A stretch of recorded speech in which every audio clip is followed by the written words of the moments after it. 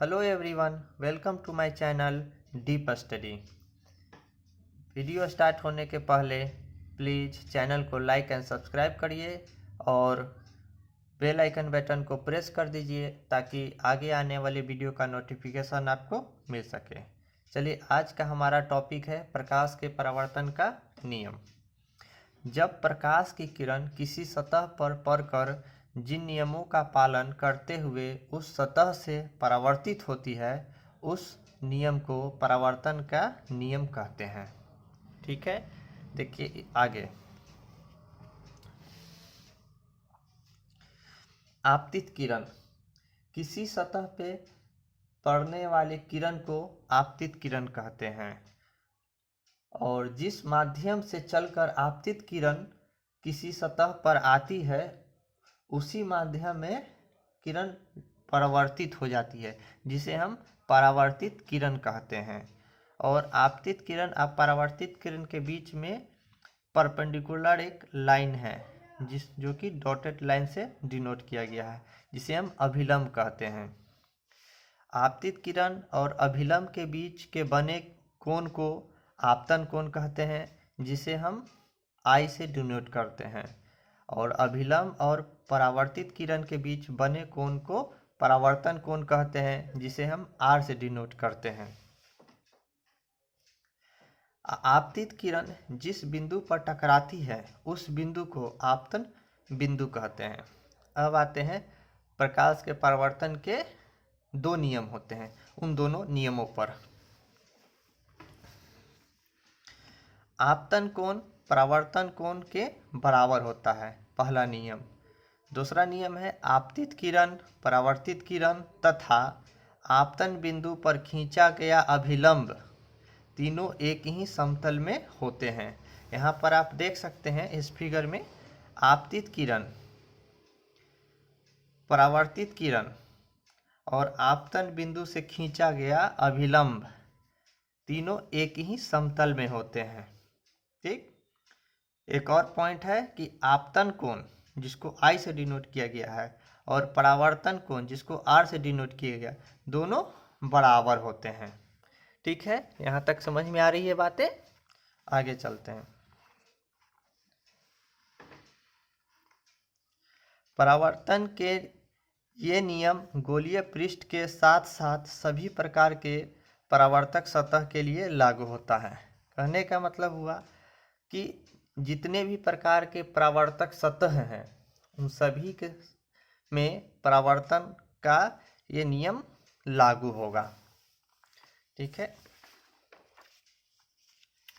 चलिए अब देखते हैं समतल दर्पण पे अगर लंबवत किरण पड़ती है तो क्या होता है। एक समतल दर्पण ले लेते हैं, उस पर एक लंबवत किरण आ रही है जिसको हम आपतित किरण कहते हैं। उसके बाद वो उसी माध्यम में रिटर्न हो जा रही है, लौट जा रही है, इसका मतलब वो हो गया आपका परावर्तित किरण। तो इसमें आई बराबर 0 हो जाएगा। जब आई बराबर 0 हो जाएगा, कहने का मतलब आई डिनोट करते हैं आपतन कोण को, तो परावर्तन कोण भी बराबर हो जाता है, क्योंकि पहले अभी हम पढ़ चुके हैं कि आपतन कोण बराबर परावर्तन कोण, परावर्तन के नियम में आते हैं। ठीक है, चलिए उसके बाद समतल दर्पण पर लंबवत पड़ने वाली प्रकाश की किरण परावर्तन के बाद उसी पथ पर वापस लौट जाती है। जैसे यहाँ हम देख रहे हैं, यहाँ से किरण आ रही है, आई समतल दर्पण है, लंबवत किरण आई, यहाँ पर आई 90 डिग्री का एंगल बना करके, फिर यहाँ से टकराने के बाद फिर इसी पाथ पे मुड़ के चले जा रही है। जैसे ये देखिए एरो का चिन्ह बनाया गया है कि ऊपर की ओर, ऊपर से ऐसे आ रही है, यहाँ आई, टकराई, यहाँ से फिर रिटर्न बैक आ गई, यहाँ से फिर आगे की ओर चल गई। वही यहाँ पर बताया जा रहा है कि समतल दर्पण पर लंबवत पड़ने वाली प्रकाश की किरण पर परावर्तन के बाद उसी पथ पर वापस लौट जाती है। ठीक है, आगे चलते हैं। प्रतिबिंब के बारे में अब जानते हैं कि प्रतिबिंब क्या होता है। किसी बिंदु स्रोत से आती प्रकाश की किरणें दर्पण से परावर्तन के बाद जिस बिंदु पर मिलती है या जिस बिंदु से आती हुई प्रतीत होती है, उसे उस बिंदु स्रोत का प्रतिबिंब कहते हैं।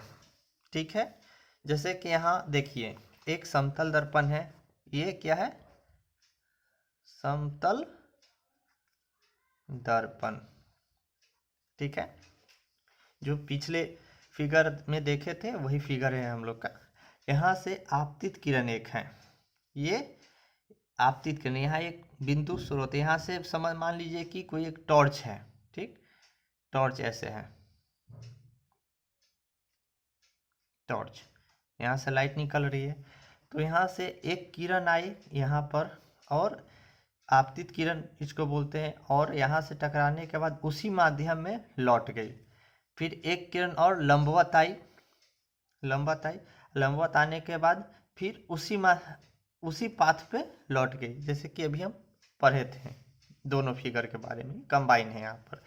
अब देखिए इस फिगर को देखने से लगता है कि जैसे यहाँ पता है किसी बिंदु स्रोत से आती प्रकाश की किरणें दर्पण से परावर्तन के बाद जिस बिंदु पर मिलती है या जिस बिंदु से आती हुई प्रतीत होती है उसी बिंदु स्रोत का प्रतिबिंब कहते हैं।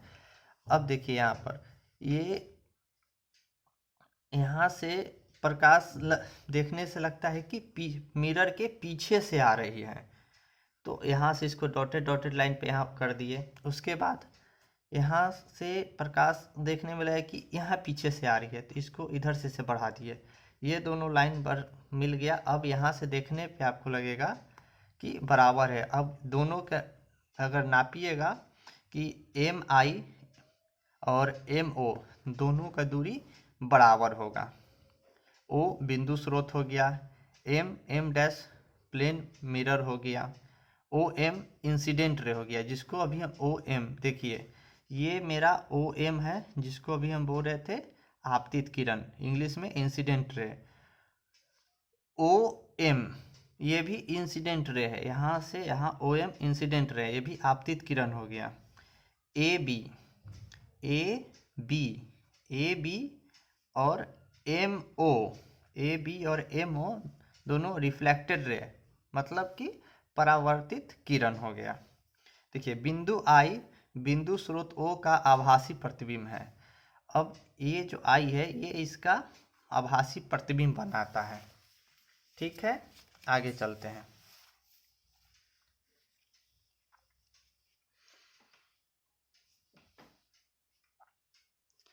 जब कोई वस्तु समतल दर्पण से जितनी अधिक आगे होती है उसका प्रतिबिंब दर्पण से उतना ही पीछे बनता है। ये कंसेप्ट है, जैसे समतल दर्पण है उससे आप जितना आगे आइएगा प्रतिबिंब दर्पण में उतना ही पीछे बनता है। इसलिए वस्तु की दूरी बराबर प्रतिबिंब की दूरी, बहुत ही महत्वपूर्ण पॉइंट है। चलिए अब समतल दर्पण का एक और चीज़ देखते हैं, पार्श्व परिवर्तन, लेटरल इन्वर्जन। इसका मतलब होता है कि वस्तु का दाहिना भाग समतल दर्पण में प्रतिबिंब का बायां भाग दिखाई पड़ता है। आप देखते होंगे कि जब आप दर्पण के सामने खड़े हो जाइएगा तो बहुत सेम दिखेगा आपको, पर जब आप थोड़ा सा उसमें अंतर आप महसूस करिएगा, जब अपना बायां हाथ उठाइएगा तो दर्पण में दायां हाथ दिखेगा, जब दायां हाथ उठाइएगा तो दर्पण में बायां हाथ प्रतीत होगा, जो कि पार्श्व परिवर्तन का एक उदाहरण है, जिसको इंग्लिश में लेटरल इन्वर्जन कहते हैं। जैसे देखिए R है, तो ये एक कार्ड है, कार्ड में R लिखा हुआ, इसको दर्पण में जब देखते हैं तो कुछ इस प्रकार R दिखाई देता है। ठीक है, दायां का बायां दिखेगा तथा बायां का दायां दिखेगा। जब भी पूछा जाए कि पार्श्व परिवर्तन क्या होता है, सीधा सा आपको याद रखना है, उल्टा दिखता है। बायां हाथ उठाएंगे तो दर्पण में मेरा दायां हाथ दिखेगा, अगर दायां हाथ उठाएंगे तो दर्पण में बायां हाथ दिखेगा, ऐसा प्रतीत होता है। ठीक है, अब समतल दर्पण के कुछ विशेषताएं। प्रतिबिंब दर्पण के पीछे बनता है। समतल दर्पण में भी हम देखें कि प्रतिबिंब हमेशा दर्पण के पीछे बनता है। दूसरा है प्रतिबिंब का आकार वस्तु के आकार के बराबर होता है। अभी हम इसको भी डिस्कस किए थे कि वस्तु की दूरी बराबर प्रतिबिंब की दूरी होती है, क्योंकि प्रतिबिंब का आकार वस्तु के आकार का बराबर होता है। ठीक, प्रतिबिंब वस्तु की अपेक्षा सीधा बनता है। चौथा पॉइंट, प्रतिबिंब पार्श्विक रूप से उल्टा होता है। वही जो भी बताए कि अगर आप बाएं हाथ उठाइएगा दर्पण में तो आपको उसमें दायां हाथ दिखते हुए प्रतीत होगा, वही चीज़ है। पांचवा पॉइंट है, प्रतिबिंब आभासी होता है। प्रतिबिंब आभासी कहने का मतलब कि इसे आप पर्दे पर प्राप्त नहीं कर सकते हैं। ये एक इमेजिनरी हो गया, काल्पनिक, रियल इमेज नहीं होता इसका, ये इमेजिनरी हो गया, काल्पनिक जिसको कहते हैं वो हो गया। चलिए आज के वीडियो में इतना ही, मिलते हैं अब अगले वीडियो में। वीडियो को लाइक एंड सब्सक्राइब करना ना भूले, वीडियो को लाइक सब्सक्राइब करिए। चलिए धन्यवाद।